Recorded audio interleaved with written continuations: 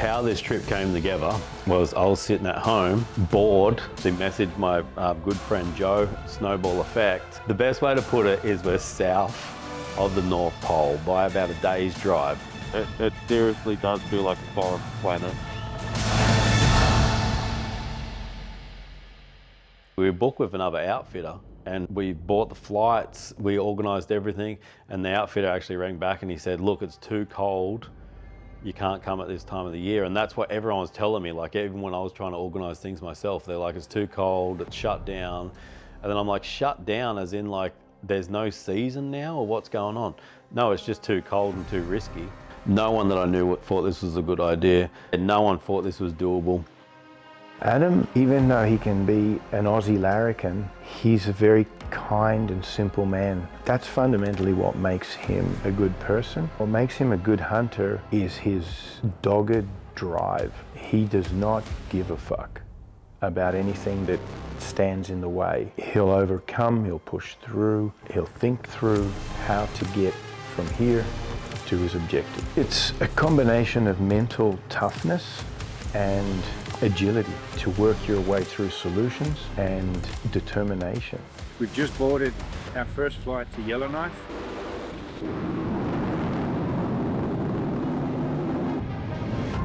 And it's getting colder and colder as we go further north. Even though we've travelled a fair ways, the next 3 flights actually covers a fuck ton of land. Still 2 more flights further north. And it's already a fucking winter desert outside. This is why I froze my bow. I was freezing my bow, shooting it, freezing my bow, shooting it, freezing my bow, shooting it, just to see if it would hold up. And it held up real good. 3 o'clock.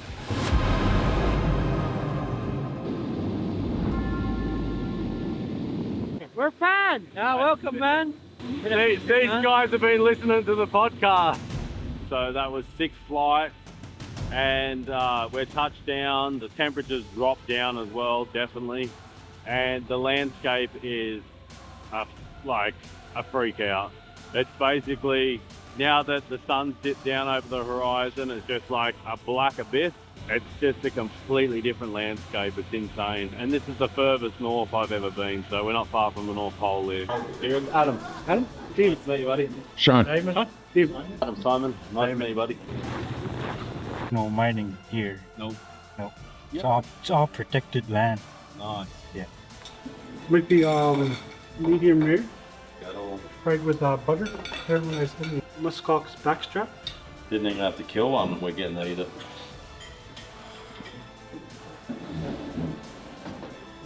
Oh my God, it's amazing. Oh, a decoy. I'll be a human decoy. When you're riding the bikes, it's the Wolverine versus Wolf, baby. It's not good to sweat because You freeze. you'll freeze inside out. It's different than I thought, for sure. Better and worse. Worse is there's only 1.5 hours of shooting light a day. It's a strange planet we're on right now, which I love. So we're heading out further north, which is crazy. It's absolutely freezing cold. I'm actually putting electric gloves on right now. And it sounds like we've got between 3 and 5 hours to get the base camp. Gonna be heading out musk ox hunting out in minus 30-degree weather. Nice and easy. This climate and these temperatures really exposed every, not necessarily weakness or flaw. The daily temperatures some days were as low as 48, I think 49 below zero, and then when you add a wind chill, especially when traveling on the snowmobiles, that number goes into the 70s, 80s, stupid numbers. It's not just a question of being cold, it's a question of being safe, because any exposed skin will freeze and you won't know about it until it's too late. What Aboriginal Australians would say is a walkabout is when they just walk off and go on a journey, you know.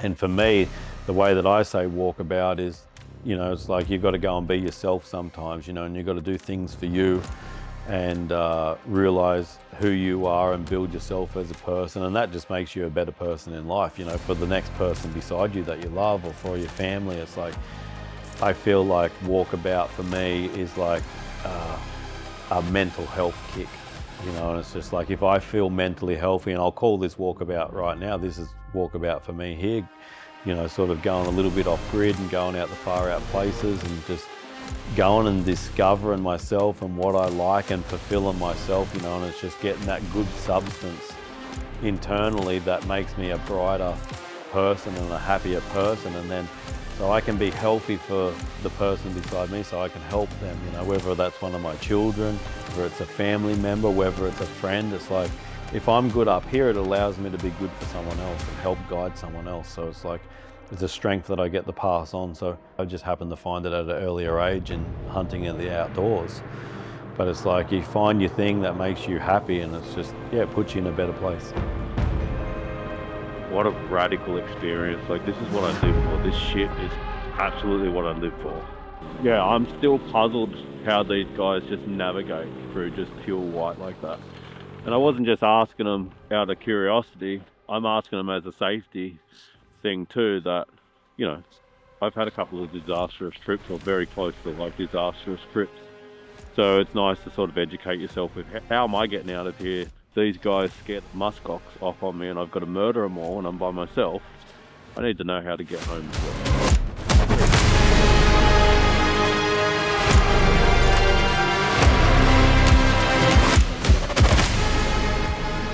So I'm guessing we're about 2.5 hours in now, just further north, and we're moving into like this screen of, the best way that I could explain it is, it's so cold that it's visible.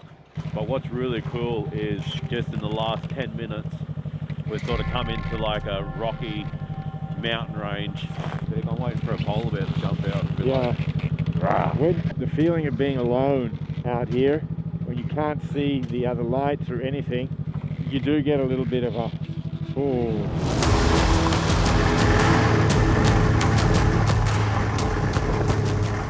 Our ride into camp on the first day, full of trepidation, excitement to get going. It's always reined in by the need to get things right before you start. Getting into the camp, you'll find these cabins that are frozen through. Once we get settled into the cabin, we get the heat going. We're going to go and set nets and catch a dinner of Arctic char in the lake out front. That's so cool. The feeling of actually getting in there and being like, oh, this is base. Like, we're out here, we're living this right now. There's like a polar bear handprint in the wall, where a polar bear broke in there one time, pushed the wall, and it like started chewing on the side of the bed. That's romantic shit for someone like me. I love that. The hut's super remote, like it's way out there. There's no one else even from this little community that's out there, so it's just like, it's just you guys, and it's just like the realization of like where you are, like how far out you are, and who else is even thinking about this place, let alone coming here or being here, you know? What a alien part of the world. Enoch meets a person, so here Enoch is a person. Enoch. And right now, we're together, we're called enemy. Okay. So a lot of people. Like a group. The first night in camp, well, it was a lot of fun. The first thing we ended up doing was setting nets under the ice, which in itself is a really cool experience. Whatever fish we catch is going to be dinner, so that's like really appealing to my soul right now. You've got the challenge of getting a fishing net through one hole in the ice and out of another hole in the ice. They have something they call a jigger, which is like a ski with a wooden peg or foot you pull on, and it drags the ski along under the ice. Oh, so it walks itself? It grabs it on the bottom of the ice and it goes by itself. These guys would rub their bare hand on the ice to melt it and create a see-through lens and look for this brightly painted ski, and then you'd bore a hole back through the ice to it, pull the rope out on that end, then you'd attach the net to that and pull it back out through the other end, and you'd have your fishing net set. We set that in anticipation for catching dinner, and we got zero. Yeah, we had the same oatmeal that we'd had on the way out for a snack, because it was delicious.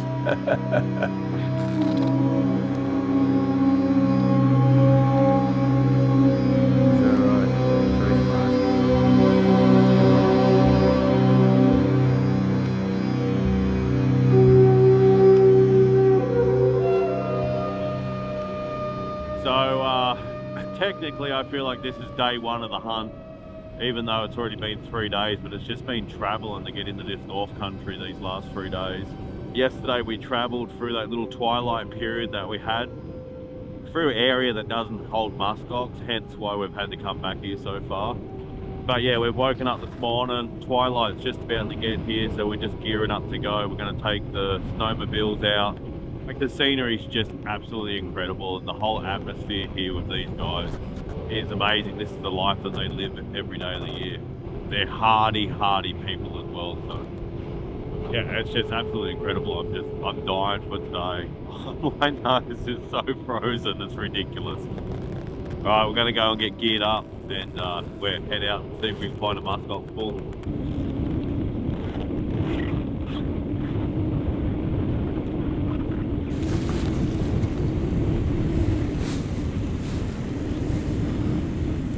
It's a whole different level of cold this morning, I know that much. It seriously does feel like a foreign planet. Have you heard the saying, you have no idea how much hardness it took to become this gentle, right? And that really sums these guys up. They speak with a gentleness that's kind of contagious. Yeah, I see some muskox tracks. We know they're in the area, but there's so many wolverine tracks. We see wolverine tracks going back and forth in the valley, and we've seen a very fresh one over here. Wow. You know, this whole landscape's challenging, getting here is challenging, pairing with the absolute freezing elements is a challenge. And then I've got to say, finding the musk ox is a challenge. We've travelled, I don't know, 100 miles, 200, 300 miles maybe even across snow looking for them. And I've really not cut any tracks. Like, maybe the indigenous guys here maybe cut a few tracks and then I didn't notice them, but I'm pretty good at noticing stuff like that. Not a set of tracks or anything, so just finding the musk ox is difficult. And then drawing a bow back, like, everything's harder in the cold, but essentially what the musk ox do is they stand their ground, you know, and there's more of a chance of them charging you than probably running away.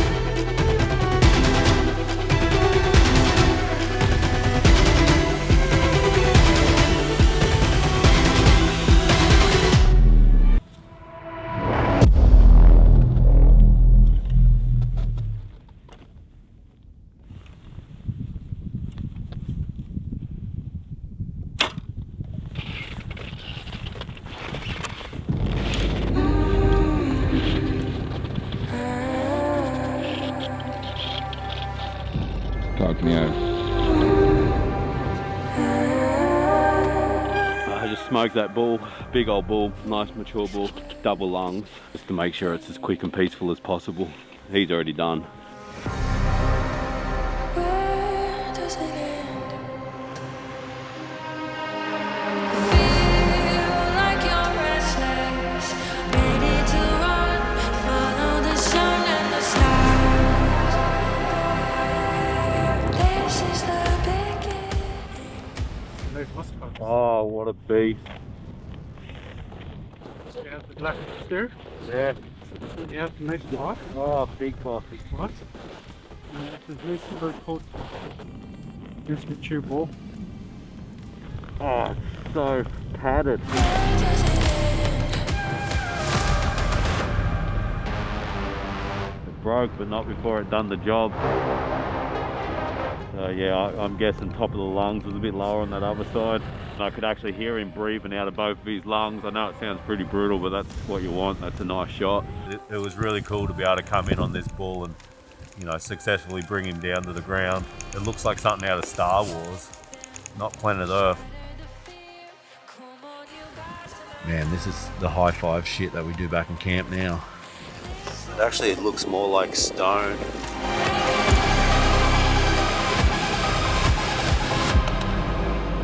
Where does it end?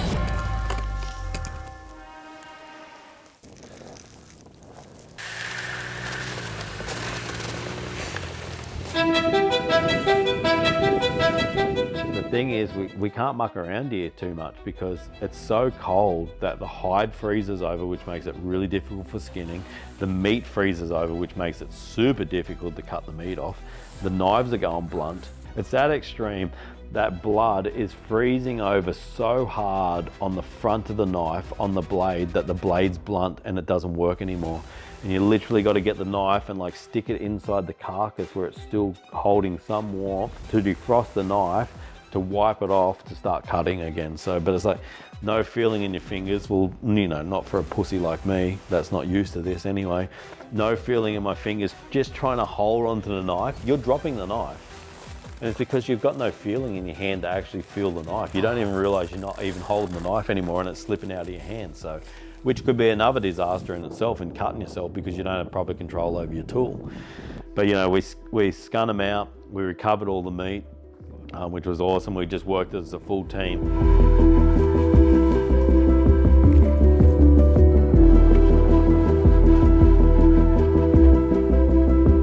At the Musk Ox, I'm guessing less than an hour ago in shooting light. And the star coming up on the horizon behind me.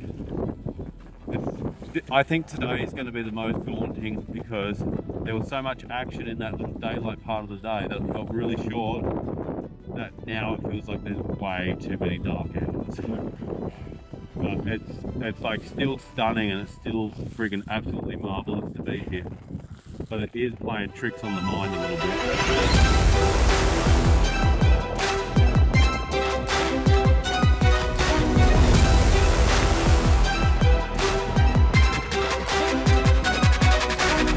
From the locals that plastic cups are better because your lips and tongue don't stick to them when you're having a coffee.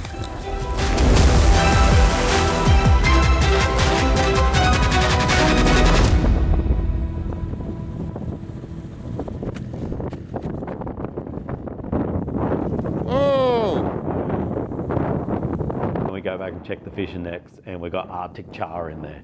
It's like the greatest feeling ever. It's like the hunt just never ends, you know, and it's like, and it's not even the hunt for any species or whatever. Those fishing nets could have been empty, and I would say that the hunt never ends because it's just the hunt for the next thing. You know, it's just the hunt to live life, you know, and it's like, and that's what I really felt like we were doing the whole time. We're just like living the life that we want to live. They come out kicking, they hit the ground, they just go sniff the ball, straight away. Woo! Really?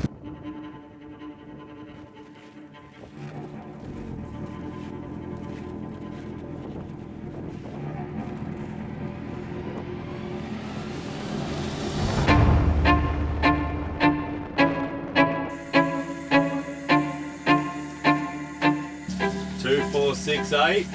Dig in, don't wait. No. There's so much flavour in the phone. So we're packing up, obviously very successful yesterday, last night, with Musk Ox and fish down at the river, which was really cool. This has been an awesome little base camp, like to come back in here and stay warm in. And yeah, so we're going to pack up everything today. We've got a big storm coming in on Tuesday, Wednesday, so we don't want to be here for that. It sounds pretty extreme, or it could be pretty extreme. It's hard to leave here because this mountain range out here in the frozen lake is incredible to be camped near. It's been very, very surreal, and it's like building. It's like soul building for me. It's like, it feels so good to have come here and done this and experienced this, that, you know, that's something that you carry to the grave, you know. It's incredible. In these places, you yourself are the only thing that keeps you alive. It's all that stands between failure and success, life and death. And I think it's that independence and that autonomy, that self-determination that you just don't have when you're amongst a lot of people, when you're in town, in a city, in civilization, you're surrounded by safety nets. So it becomes a way to burn the boats and be out there and have to rely on yourself. And a lot of people, I think, would believe that is a test. But honestly, I find it to be where I actually feel more at home. And I feel, funnily enough, I feel safest in those conditions. When I am all that stands between my own life and death. The pinnacle of this hunt is actually getting all the way back home and starting to plan the next one.